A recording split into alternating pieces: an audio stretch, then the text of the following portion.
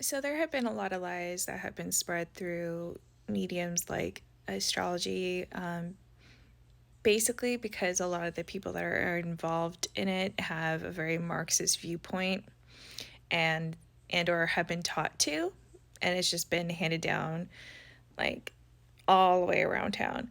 And there's a lot of unhealthy thought forms and patterns that reside within that community because of that. Very little people actually question those teachings and so on and so forth. But as somebody who is heavily into astrology and through my own experiences had to experience just how wrongly guided I was, especially because I was watching a lot of predictions and talks about what's going on in the transits in the year of 2020, how much I was misled when I actually had to face the truth of what was happening and go my own way and break away from all of that. And the biggest misconception about Aquarius is that its highest expression is communism and collectivism. It's it's absolutely not. The highest expression is individualism, and that's actually what Aquarius is. If you want to know what a sign is, like in its full spectrum, as it is, like standardized, you need to put that sign in the first house in the Lagna and then see how everything falls, right? So when we put Aquarius in the first house, which is Aquarius is rising, right? We're taught that the rising sign is just somebody's outward appearance and outward personality. What the rising sign is actually someone's soul. The rising sign is you. You as a whole, your aura, your energy, what was entering into this vessel as this person was created and birthed. And so, all that being said, you understand just how important the wheel is and how every single house is important. And it's, it really takes away this like huge concentration about a certain placement when you realize how much just the wheel itself, the rising sign itself, says so much more than anything else could ever say. Whatever placements are in a certain house, regardless of whatever sign resides in that house, says so much more than whatever else can be going on in somebody's chart. Same thing with depositors. I have seen a lot of the time exceptions with certain things simply because a depositor is well placed, can turn something completely on its head, even if it's just the number of the house and not even a sign that's like a good place for that to be. So, anyway, when we put Aquarius in the first house, what do we get in the third house, which is the house of the mind? This is the way your mind works. This is the way you think on a very basic level. Aries. That's why Aries and Aquarius are frickin' frack. They're BFFs. Why are Aries and Aquarius frickin' frack and BFFs? Well, a lot of y'all will like to say Aquarius, oh, it's bad when an Aquarius is selfish. And for an Aquarius to be selfish, that means that they have bad aspects and yada, yada, yada, yada. No. To be in the fullest, highest expression of Aquarius is to embrace and understand individuality, right? We can't fully be happy in a crowd of people where we all have to feel like we all need to be like one another and think like one another.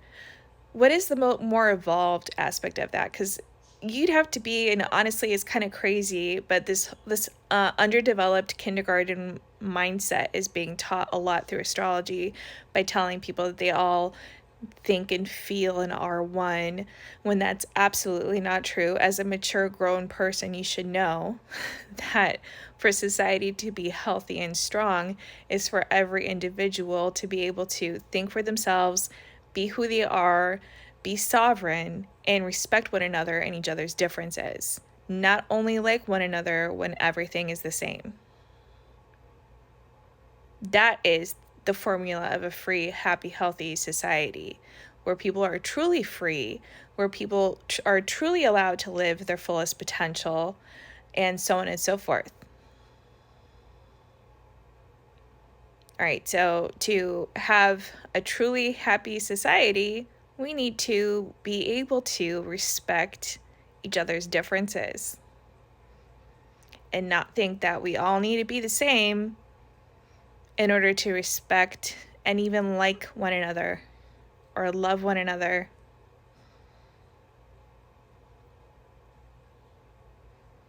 Okay. It's about thinking for yourself. Anybody out there with Aries placements, if you understand that Aquarius is think like an Aries, that means that they think for themselves. That's why they're rebellious. That's why Uranus is known for rebellion. Aries, we're taught and have to learn to think for ourselves throughout our lives and to not be people pleasers. Being a people pleaser is detrimental to us. It always ends us up in a bad place when we don't listen to ourselves, when we don't listen to our instincts, when we're not willing to be brave enough to do so in the face of adversity. See, everybody who wasn't brave enough to do so in the face of adversity in 2020 is suffering right now in ways that they wouldn't have been if they were to do that earlier in life when this was all going down in the first place. Now, everybody has their own path. Everybody has their own way to grow and learn and experience things. Generally speaking, though, those that chose to be brave and question are doing much better than those that didn't. Now, if that doesn't mean all is over for anyone who didn't, but it's just a reminder to start today. To start to think for yourself today.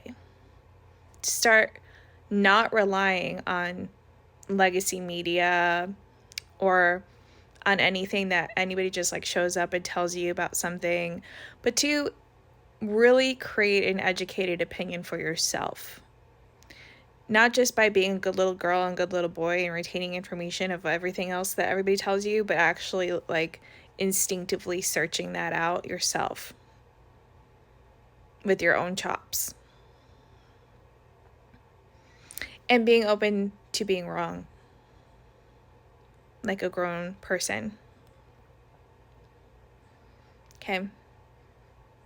Our opinions on things should not be do or die.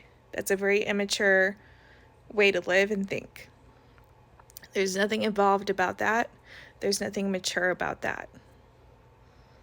It's a very devolved and immature behavior. Now, we can be passionate about things, and there's certain things that, are so clear as day that are wrong to be mad about. At the end of the day, you need to understand that we are all here to learn and grow, and nobody's perfect. You're allowed to be human. You're allowed to your opinions, and so are other people. Don't let yourself get crazy and be driven crazy, because right now things are crumbling, and as they're crumbling, they're throwing a fit. And in this 9-year, it's important to give yourself space from everything and everyone and just let the dust settle as everything crumbles. You're just going to drive yourself crazy otherwise. Anybody who's in a fit of rage and panic and disbelief and completely deluded, a lot of those people are very much so in a psychosis, and you can't really tell them otherwise. They have to come to that conclusion themselves. They need to wake up to that themselves. You share whatever you need to share and want to share, but just know that at the end of the day, you can't change people's minds. They have to change it for themselves. They have to experience things for themselves, right? So you just do what you know is and feel is best. Share and talk about whatever you want to talk about that you feel is best, but don't stress yourself out. Don't waste your breath and exacerbate yourself with it, because you get to be healthy and well and not going crazy. Okay? So there's that.